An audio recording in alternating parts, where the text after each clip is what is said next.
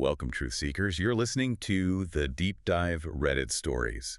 This is where we unpack those wild internet narratives, peel back all the layers, and sometimes find things that are way stranger than fiction.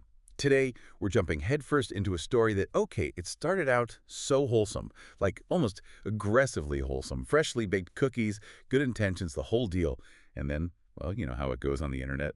It took that inevitable nosedive straight into the glorious, chaotic muss of comments and everyone suddenly becoming a bot detective. It really is a fascinating case study, though, because this story, it perfectly highlights that tension, right, between our genuine human desire for connection, for those feel-good moments. Yeah, we kind of believe. Exactly. And then there's that digital skepticism that's just baked into everything we see online now. We're kind of wired to hope for kindness, but the internet's taught us to side-eye pretty much everything. Oh, absolutely. And the source for this particular deep dive, it's a classic, a post from Stories called, "I went to the wrong funeral. I stayed. Now her grandma sends me birthday cards." Now, for anyone not familiar, Stories calls itself, and get this, a cutting-edge subreddit for the Reddit nation to seamlessly post, share, and connect through compelling narratives. That description itself sounds a little generated. Right. It sounds like something my slightly over-caffeinated marketing bot would churn out. But honestly, stick with us, because you are in for some major aha moments. We're not just looking at the story, we're diving into the internet's reaction, which is frankly hilarious and sometimes scarily spot on. Okay, let's get into it. So the basic story, right? Shared by user SasquatchEach2. It kicks off with something I think deep down a lot of us can kind of relate to, especially in those, super introverted moments. To just move to a new city. Like a weekend. Wow. Barely unpacked, probably. And bam. Mysterious text. Unknown number. Okay, setting the scene. Yeah. And the text says, "Hey, service is at 3. Wear something dark. She hated bright colors. I know you didn't know her well, but it would mean a lot if you came." Seems pretty straightforward, but carries that, quiet weight. A request for support. It definitely pulls you in. It totally does. And our hero here, Sasquatch2, admits they weren't sure who it was for, but it, quote, felt urgent. And maybe, just maybe, the kicker was they also had, quote, nothing else to do. Which is, let's be honest, peak relatable internet behavior right there. Isn't it, though? Zero plans on a random afternoon. What do you do? Well, obviously, you think, it sounds like a plan. Crashing a complete stranger's funeral for social science, or maybe just because the sofa's getting boring. You gotta admire the impulse in a weird way. So they go. They show up, slip into the back row, try to blend in. Pretty smooth, actually. Nobody gives them a second glance. Yeah. Then the eulogies start. Yeah. And we learn about Marion, the person who passed away. And Marion, oh boy, Marion sounds like the nicest human being to ever walk the planet. Okay, here we go. The character background. Kindest smile, loved jazz, had a cat named Newton. I mean, of course, the cat's name is Newton. It's always Newton or something equally wholesome. Exactly. And she had this famous rule. Nobody leaves her house without taking a cookie. It paints this picture of just almost unbelievable goodness, like maybe a little too good. It definitely leans into that trope. Narratively, making the deceased universally beloved like that, it instantly creates warmth, connection for the reader, sets up that emotional baseline perfectly. Right. Then comes the big moment. The turning point that supposedly sealed the deal for everyone reading it, at first anyway. After the service, there's a gathering. Marion's grandmother comes up to our user. She asks, "You were her friend from art class, weren't you?" And our user naturally does the classic Reddit thing. They froze. Cheers, a classic. Total record scratch moment. And then in this burst of accidental honesty, they confess, "No, I think I got the wrong text." Now here's the wild part. The grandmother's reaction. She laughs, like a genuine laugh. She asks, "So you're just here for a stranger?" Okay, that's unexpected. Right. And our user, Deadpan, replies, "Didn't want her to have an empty room." Which, is kind of a sweet line. And the grandmother is supposedly super touched, grabs her hand, and delivers the killer line. Then you're exactly the kind of person she would have liked. And that's the pivotal moment. It takes this super awkward situation and just flips it into acceptance, serendipity. It hits that emotional note hard. It taps right into that, deep-seated desire for connection, for unexpected kindness. It really does. You can see why people initially fell for it. And before our user leaves, the grandmother hands them a small velvet pouch. Oh, a velvet pouch. Fancy. Inside, wait for it, a heart-shaped sugar cookie. Of course. It had to be heart-shaped. Naturally. And the absolute kicker, the part that stretches belief just a little thin, quote, "A year later, her grandmother still sends me a birthday card, always with a cookie recipe inside. I send her a handwritten thank you every time. Still, after just 1 year. Exactly. The relentless consistency. It's almost suspiciously perfect, isn't it? Eh. And the user wraps it all up with this profound thought. Sometimes the wrong funeral is exactly where you're meant to be. Ah, the tidy life lesson ending. Yep. Now, when this story first dropped on Reddit, the reaction was just this, like, tidal wave of, WW. People were losing it. Completely understandable given the setup. Yeah, the comments were flooded. Stuff like, this is the sweetest, cutest, most wholesome thing I've ever read. And, the classic, I'm not crying, you're, oh, screw it, I'm totally crying.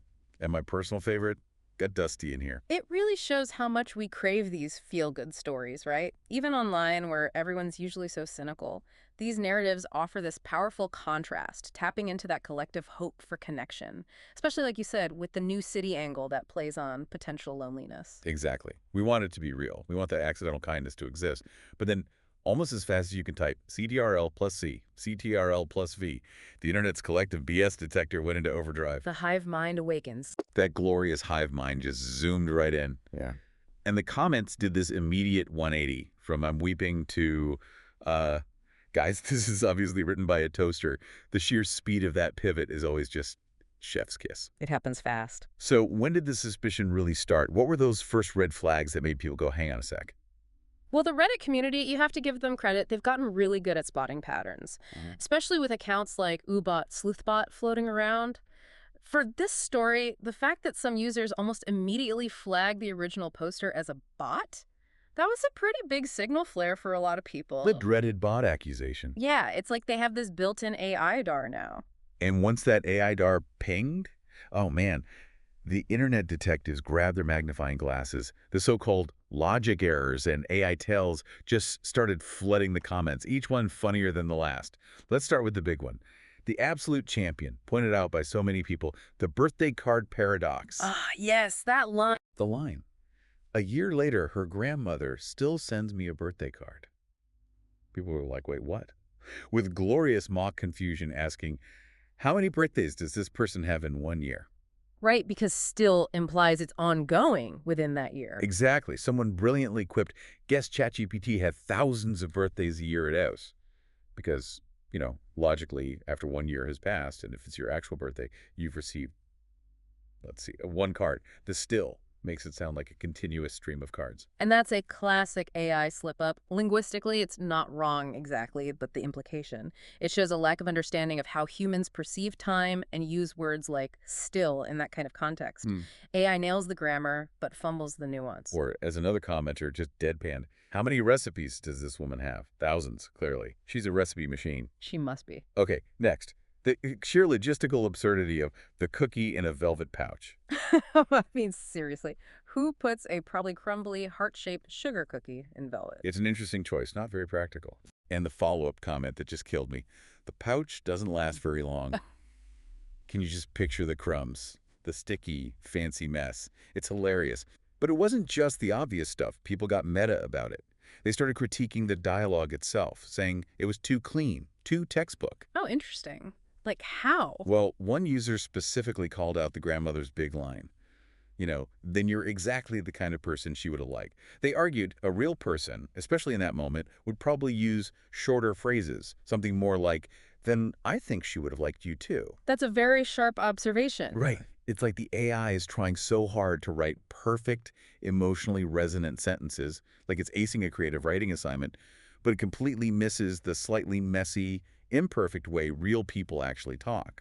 It's grammatically flawless, but feels kind of hollow. That makes perfect sense. AI models learn from huge amounts of text, so they often produce things that are technically correct but feel unnatural, maybe too formal or even cliched.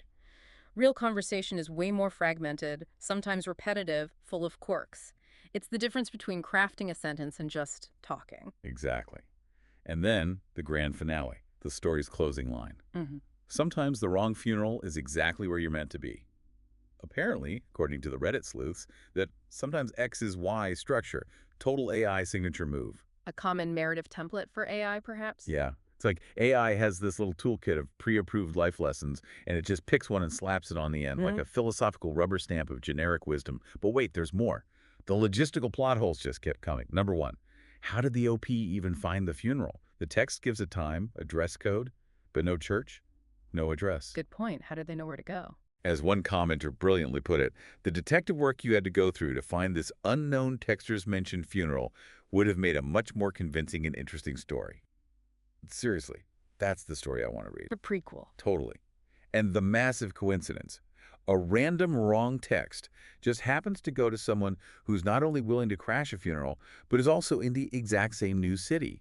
The odds are astronomical. Highly improbable, statistically speaking. And then there's the grandma, supposedly spending hours chatting up this total stranger who, let's remember, has zero actual stories about Marion. Yeah. Instead of, I don't know, grieving with her actual family and friends who did know Marion. That part does stretch credulity quite a bit. The focus seems off for someone grieving. Right. And the cherry on top. Mm. The user apparently never told the original sender they had the wrong number, which means the person who was supposed to get the text might have missed the funeral entirely. Oof. That's not great. The sheer lack of basic consideration, I mean, come on. And these kinds of inconsistencies, they really highlight AI's limitations, don't they? It can generate text that sounds emotionally impactful, but it often stumbles over basic common sense, the practicalities, the subtle social cues of human behavior. It gets the what words evoke feeling, but not always the how real people actually navigate situations with logic and, well, decency. Nailed it. Yeah. It passes the Turing test for making you feel something, maybe, but it fails spectacularly on the does this make any actual sense test. And users even picked up on repeated tropes, like the character freezing, apparently a super common record scratch moment in AI stories, and the whole wrong number gimmick itself. Recycling plot devices. Feels like it. Like AI is just a band stuck playing its greatest hits over and over. Yeah.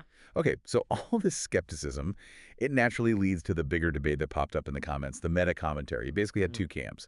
The who cares if it's AI, made me feel good camp. The emotional impact argument. Versus the no, it matters. It sucks the soul and authenticity out of everything. And that really gets to the heart of it, doesn't it?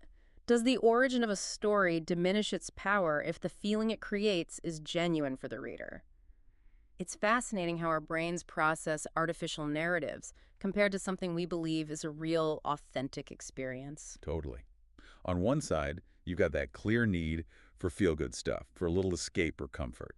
But on the other side, there's this real discomfort, like a feeling of being tricked, when you realize it might just be, as one commenter so eloquently put it, dead, sterile AI BS. That sense of betrayal, almost. And then, naturally, you get the comments that just take it to the absolute extreme, hilariously so. One person went full-on dystopian, Judgment Day isn't going to happen like Terminator 2. These crappy stories are going to give people just enough faith in humanity that they'll let the billionaires get away with anything. Wow, that's quite a leap from a Reddit story. I know, right? Blaming the potential robot apocalypse on heartwarming but fake funeral stories. Others brought up the dead internet theory, the idea that huge chunks of the internet are just bots talking to bots now. That theory keeps popping up more and more. And, of course, the evergreen accusation, karma farming. Just churning out viral AI mush to rack up those sweet, sweet Reddit points. Because apparently, even algorithms crave validation in the form of meaningless internet points. It's the digital currency. But here's where it gets really interesting. Amidst all the bot accusations and the cynicism, people started sharing real-life stories. Stories about wrong funerals, wrong texts, that kind of thing. Oh, really? Like what? Yeah. Proving that, okay, maybe this specific story is faker than a politician's promise. But the core idea, it's not totally nuts. Someone shared they got accidentally added to a kindergarten graduation group chat and stayed in it, getting family updates for 3 years. 3 years? That's a dedication to the wrong number. Isn't it? Then there was the person whose mother-in-law apparently went to a funeral just to use the restroom, felt awkward, signed the memorial book, and somehow ended up in the deceased's will. Okay, that's just accidental genius. I don't even know. Right. Talk about being in the right place at the right time, even if it's the restroom line. Those anecdotes are so important, though, because they show why these themes resonate so strongly. Unexpected connections, kindness from strangers, these things do happen. So whether the original story's post was real or AI, the idea connects because it taps into something real in human experience. Exactly. It bridges that gap. It suggests these stories work, fabricated or not, because they touch on a universal human longing. And there were more. Someone went to the wrong church entirely for a funeral service and ended up making a lifelong friend out of the mix-up. And my absolute favorite, the person whose father passed away, and at the funeral, a total stranger stood up and gave this detailed presentation about all the bridges the father had helped engineer. Wait, what? Like with slides? I'm picturing a full PowerPoint. Imagine trying to mourn your dad, and some random guy is clicking through diagrams of truss designs. It just proves, truth is often way stranger and definitely funnier than AI fiction could ever be. So there we have it. What a ride. Through the heartwarming, the highly suspicious, and the downright bizarre, we've learned that sometimes, maybe the wrong funeral does lead to a heartwarming friendship, even if that friendship was probably cooked up by an algorithm. Or maybe just inspired by one. And sometimes the internet is just doing its thing, Yeah. trying to make us cry, trying to make us think, or maybe just trying to farm that sweet, sweet karma. But this whole deep dive, it really does highlight how crucial critical thinking is now, doesn't it? We're swimming in information, some human, some algorithmic. We constantly need to question not just what we're reading, but why it might exist and how different people react when a story, real or not, hits the internet. It really does. And it kind of leaves you with this slightly unsettling, provocative thought, doesn't it? Like, what happens when AI gets so good that the line between a real human story and an AI imitation just blurs completely? But becomes truly indistinguishable. Yeah. Will we even care if a story is real anymore as long as it, hits us right in the feels? Mhm. Maybe that AI-generated cookie in its impractical velvet pouch is just as good as the real thing, emotionally speaking, as long as it makes you sniffle a bit. A question for the future, perhaps. Definitely something to chew on. So if you enjoyed this little adventure into the digital rabbit hole of feelings and bots, do us a solid. Hit subscribe. Maybe drop us a comment. Tell us your most unbelievable internet story bonus points if you're not sure if it's real. We probably won't judge much. And hey, maybe tell a friend about us. We promise our internal bot, Sleuthbot, won't scan your stories too hard. Probably. See you next time on the Deep Dive Reddit Stories.